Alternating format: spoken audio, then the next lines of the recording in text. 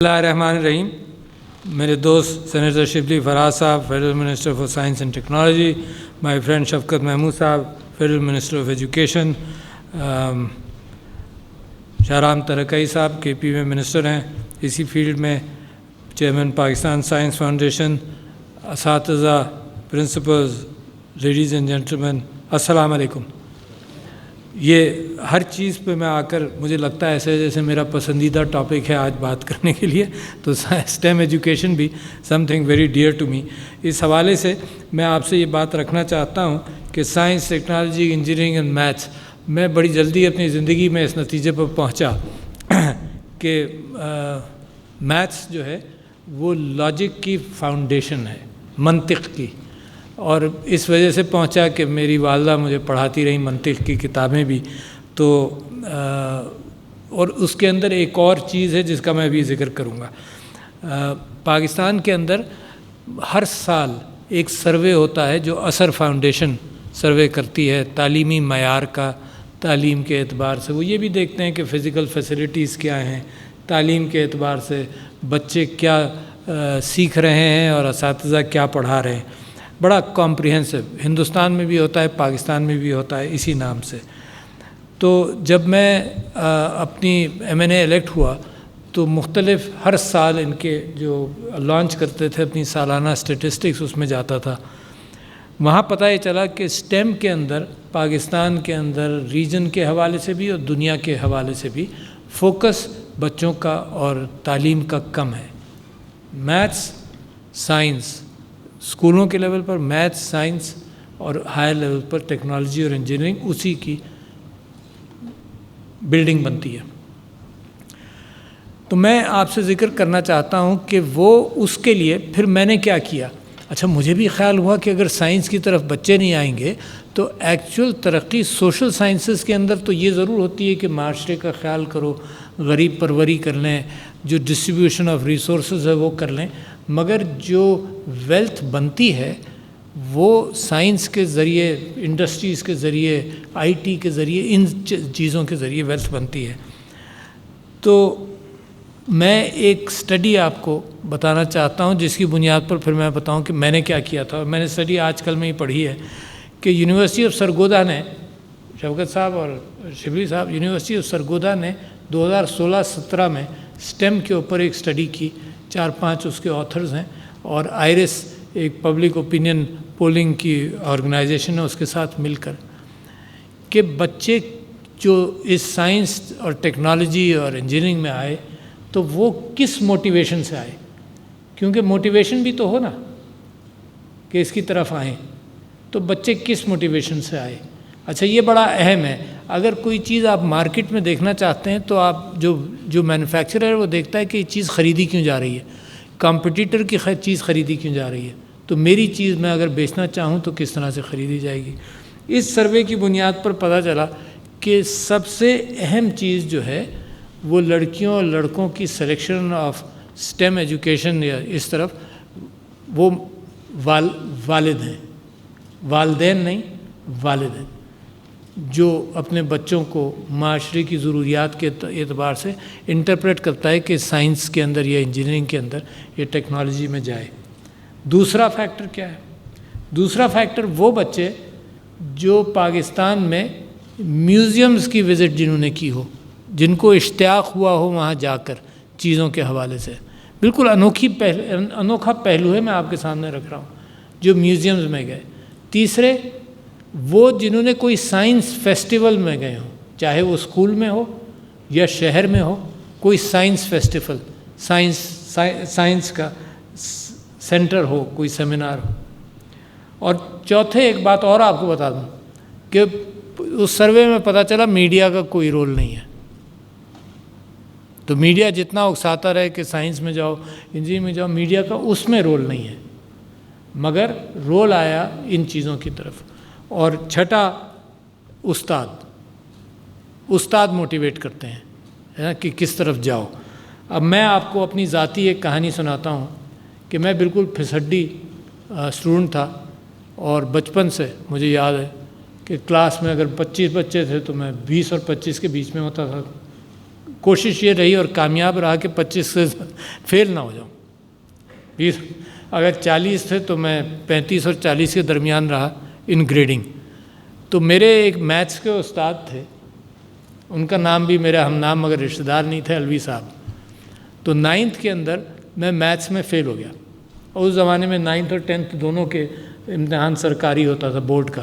میں فیل ہو گیا اور مجھے اس زمانے میں کارپورل پنشمنٹ تھوڑی بہت ہوتی تھی, تو مجھے انہوں نے ڈانٹا بھی, 1-2 تماچے بھی لگائے, اور مجھے اتنا خوف آنے لگا ان سے کہ میں نے میتھس پڑھنی شروع کی گھر میں. اور ان کی کلاس میں جاتا تھا, کپاتا تھا کہ بھائی یہ کچھ مجھے پھر ڈانٹیں گے اور میری میتھس صحیح ہونی چاہیے. اور صرف فرق پڑا نا, دیکھیں میں کہتا ہوں مشفق استاد کی اس کیفیت سے فرق کیا پڑا کہ نیکسٹ سیمیسٹر کا جو امتحان ہوا اسکول کے اندر ہی, تو اس میں مجھے 100 میں سے 100 مل گئے. میتھس وہ سبجیکٹ ہے جس میں 100 مل جاتے ہیں. اچانک وہ پھسڈی لڑکا 9th میں federal government public school Karachi میں تھا, کینٹونمنٹ اسکول, اور 9th میں جناب اچانک میں سارے کراچی کے سارے اپنے اسکول میں ٹاپ کر لیا میں نے. ساری عمر پھسڈی رہا, مگر صرف ایک خوف کے اندر میتھس پڑھی اور پھر ساری چیزیں اور پڑھنے لگا ہوں گا. تو مجھے اپنے اوپر کبھی کوئی بھروسہ نہیں ہوا کہ میرے دماغ کے اندر کوئی چیز ہے. میں یہی سمجھتا رہا کہ بس یہ محنت کر لی اور نکل گیا, محنت کر لی اور نکل گیا. تو یہ جو موٹیویشن ہے اس کے اندر پھر اثر کی وجہ سے اسٹیم کے لیے میں نے کیا کیا اپنی کانسٹیٹوئنسی میں نے یہ کیا کہ ایک سائنس فیسٹیول منایا, 3 سال منایا سائنس فیسٹیول. الف اعلان ایک ادارہ تھا جس نے برٹش مدد کے ساتھ کام شروع کیا تھا, ڈیفڈ کے ساتھ. تو الف اعلان کے ساتھ مل کر میں نے ایک سائنس فیسٹیول کیا, ریلوے اسکول PNS شفا کے پاس ہے. اس کے اندر میں نے کراچی کے وہ لوگ جو گھروں میں ٹیلیسکوپ رکھ کر بڑے شوق سے ایسٹرانومی کرتے ہیں ان سے درخواست کی, تو 3-4 وہ ٹیلیسکوپس بھی لے کر آ گئے. تو سائنس فیئر کی, آپ کو یقین نہیں آئے گا, بچے ماں باپ چاند کو دیکھنے کے لیے اور کچھ اور ستاروں کو قریب سے دیکھنے کے لیے لائنیں لگ گئیں. تو یہ کیفیت ہے کہ آپ انکریج کریں. اور کیفیت اور دوسری بتاؤں آپ کو, نمبرز کے اعتبار سے میں بتانا چاہتا ہوں کہ دنیا کدھر جا رہی ہے. چائنا کے اندر بہت بڑی پاپولیشن ہے, مگر 8 کروڑ گریجویٹس ہیں وہاں, 8 کروڑ. تو اگر وہاں سائنس کی ترقی ہو رہی ہے تو پاپولیشن بھی بڑی ہے, مگر انہوں نے گریجویٹس بھی پروڈیوس کیے. انڈیا میں 7.5 کروڑ گریجویٹس ہیں. پھر آپ سٹیم کے گریجویٹس کے متعلق پوچھیں تو چائنا میں ہر سال 47 لاکھ گریجویٹس نکلتے ہیں science, technology, engineering and maths میں. انڈیا میں نکلتے ہیں 26 لاکھ, ایران میں نکلتے ہیں 3.5 لاکھ. اور ہم کہاں ہیں؟ میں شفقت صاحب سے پوچھ رہا تھا, آئی ہیو نو آئیڈیا, مگر مجھے یقین ہے کہ فگر ہمارا ایسا نہیں ہے. تو آپ چڑھنا چاہتے ہیں دور, بہت اونچی منزل ہے, مگر اگر تعلیم کے اندر ان چیزوں کو نہیں لائیں گے جو پروڈکٹیو چیزیں ہیں معاشرے کے اعتبار سے, تو ہم پیچھے رہ جائیں گے.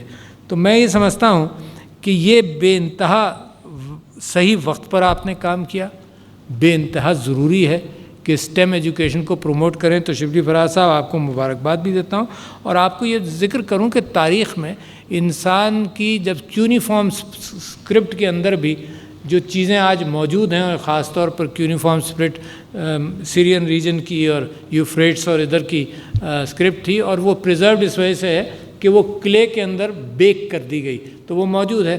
پارچمنٹس ختم ہو گئے. تو 6-7 ہزار سال پہلے جو چیزیں ہیں وہ گنتی ضرور ہے کہ کتنی چیزوں کی, غلے کی کتنی چیزیں ہم نے اگائیں, ان چیزوں کی گنتی موجود ہے. اور پھر آرگنائز سوسائٹی کے اندر میتھس نے فاؤنڈیشن بنائی سوسائٹی کی. تو لہٰذا ابھی بھی مجھے افسوس یہ ہوتا ہے کہ میرے استاد تھے, ایک پرنسپل تھے آدم جی سائنس کالج کے, انہوں نے دیکھا کہ میں میتھس میں بہت اچھا ہوں, تو انہوں نے میرے والد صاحب کو بلایا. میرے والد صاحب اور مجھے پتہ ہی نہیں تھا کہ میری شکایت کرنے کے لیے بلایا ہے, کس لیے بلایا ہے. انہوں نے کہا یہ لڑکا میتھس میں اچھا ہے, یہ بایولوجی میں کیا کر رہا ہے. تو میرے والد صاحب نے وہیں مجھ سے پوچھا کہ تم کیا کرنا کیا چاہتے ہو؟ میں نے کہا جی میں بایولوجی کرنا چاہتا ہوں، میتھس میں نہیں کرنا چاہتا. تو میں بایولوجی میں ہی ڈاکٹر بنا. مگر مجھے یہ افسوس ضرور ہے، ڈاکٹر بننے کا افسوس نہیں ہے، یہ افسوس ضرور ہے کہ میتھس اگر میں کر لیتا تو آج کل کے جو میرے پیشن ہیں میتھس ریلیٹڈ بہت سارے ہیں. آج کل میں ایک کتاب پڑھ رہا ہوں، گوڈل جو میتھمیٹیشین تھا اس کی ایشکر باخ، ایک رالف ہافسٹیٹر کی کتاب ہے، اور میری کوانٹم فزکس کا بڑا شوق ہے، مگر یہ ساری چیزیں بغیر میتھس کی نہیں آتی. تو میں ان کتابوں میں کسی حد تک پہنچتا ہوں اور کہیں پہ چھوڑ دیتا ہوں کہ یہ میری سمجھ میں نہیں آئے گا. تو وہ افسوس مجھے میتھس کا رہا. تو میں آپ کے سامنے صرف یہ بات کہنا چاہتا تھا کہ دنیا میں ترقی کرنے کے لیے یہ 4 چیزیں سٹیم کے اعتبار سے جو آپ نے شروع کی، شفقت صاحب آپ نے شروع کی، مبارکباد دیتا ہوں. انشاءاللہ آپ سے وعدہ کرتا ہوں کہ جب آپ کہیں گے تو ایک دن جا کر آپ کے یہاں بھی دیکھوں گا اور آپ کے یہاں بھی دیکھوں گا کہ کیا ضروری کام ہم کر رہے ہیں. ہمیں مقابلہ کرنا ہے دنیا کا، وہ اپنی الگ جگہ پر. ہم نے اپنے لوگوں کو اٹھانا ہے، اور اپنے لوگ بغیر تعلیم کے اور اچھی تعلیم کے روزگار پیدا کرنے کے لیے بیچارے ان لوگوں کو مصیبت پڑی ہوئی ہے کہ ہم اسکل ایجوکیشن امپارٹ کر رہے ہیں ان لوگوں کو جن کو ہم نے تعلیم نہیں دی. تو اگر شروع سے تعلیم کا اور اچھی تعلیم، پہلے تعلیم کا بندوبست کر لیں، پھر اچھی تعلیم کا بندوبست کر لیں، پھر اس تعلیم کے اندر جینڈر پیرٹی کو بھی کسی طرح سے ہینڈل کر لیں کہ عورتوں کا ڈراپ آؤٹ ریٹ بھی ایسا، لڑکیوں کا ایسا نہ ہو اور انرولمنٹ بہتر ہو. تو ایک بہت بڑا پہاڑ میرے 2 دوست اٹھا رہے ہیں، دونوں ہے نا، آؤٹ آف اسکول چلڈرن کو لانے کے اعتبار سے، پھر اسکول میں لے آؤ، پھر تعلیم اچھی ہو جائے، ٹیچرز کی ٹریننگ ہو جائے، پھر فوکس اسٹیم کی طرف ہو جائے. تو میں ان کے لیے دعا کر سکتا ہوں اور اپنے ملک کے لیے بھی دعا کر سکتا ہوں کہ اللہ ہماری مدد کرے کہ یہ فاصلہ جو دوسری قومیں ہم سے اتنے آگے نکل گئی ہیں، اس فاصلے کو ہم نے عبور کرنے کے لیے ہمیں زیادہ ہی محنت کرنی پڑے گی. شکریہ لیڈیز اینڈ جینٹلمین، السلام علیکم.